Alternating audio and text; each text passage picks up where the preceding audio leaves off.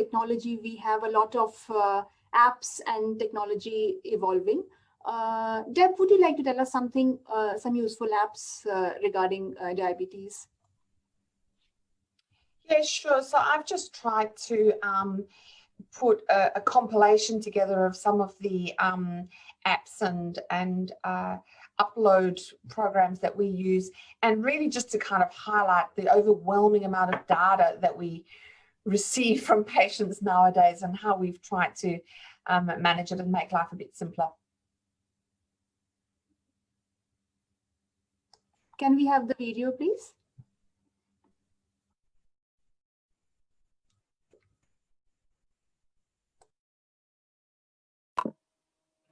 I'm going to give a very brief presentation around diabetes apps and e-logs. So diabetes apps are things that we have started using more and more in our practice over recent years. They are obviously phone-based, being an app. They include a bolus calculator if you choose to use it, and they are great for record keeping. The thing around these apps is they complement phone-based CGM as well. It makes sense if you're using your phone to monitor your blood glucose level, you may as well have an app that complements it to help you measure out your dosing as well. The follow feature is attractive. Parents are able to see what's going on in the app live on their own phones. They generate great reports. They're a very good lead-in for pump therapy, and there is some evidence for improved blood glucose levels. So we tend to introduce My Sugar apps to patients so early on in their diagnosis. That doesn't mean they necessarily have to start using the bolus calculator straight away, but it's a good way to record blood glucose levels. My Life is another popular one that we have used as well. There are many, so if you do a search, you will find many suggestions on bolus calculators. I would, though, however, suggest that you check what is locally approved in your country before using them. So let me just explain what My Sugar is about. So My Sugar is owned by Roche and is used together with one of their blood glucose meters, which is the AccuCheck Guide. This meter has Bluetooth capability, so it's able to send information straight through to the phone. Obviously, once that's happened, the patient then activates their bolus calculator. Now, in the bolus calculator are settings which have been preset by the healthcare professional, obviously, including their insulin to correction factor, their carb to insulin ratio, and their blood glucose target. And obviously, patients using a bolus calculator must have carb counting skills. So once the app is opened up, the patient is required to enter their blood glucose level. They get that either having sent it through from the meter or from their CGM.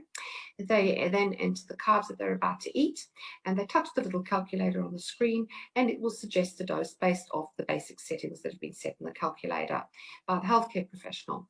So in this case, this patient has been offered 1 unit to cover food and 1.5 units to correct their blood glucose level. They then select which meal they're giving the insulin for, and they hit save, and that gets stored. We're able to then produce nice comprehensive reports out of all this information. Day to day, you're able to see exactly how blood glucose levels tracked, how much insulin was given, and what carbohydrates were consumed. This is a great, as I said, if patients are operating My Sugar well, it's a very good early education for using insulin pumps as well. So there are lots of platforms that we get an enormous amount of data from day to day. So obviously the time and range colored graph has become very familiar to all of us and become almost standard practice to refer to, as well as the ambulatory glucose profile. All of this information we get very easily from Freestyle Libre reports, as well as pump reports as well. So Medtronic will also represent that same familiar graph with time and range and hypoglycemia events, and then of course also represents a lot of other stored data such as total daily dose, grams consumed, average glucose, etc.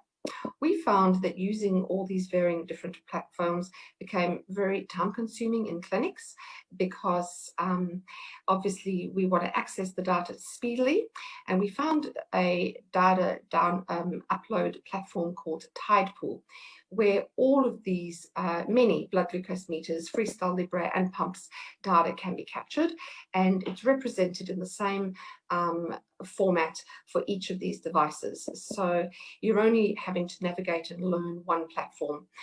So we still get our time and range information which we're after, we get our glucose logbooks which we're interested in looking at, and we certainly get all our pump data as well.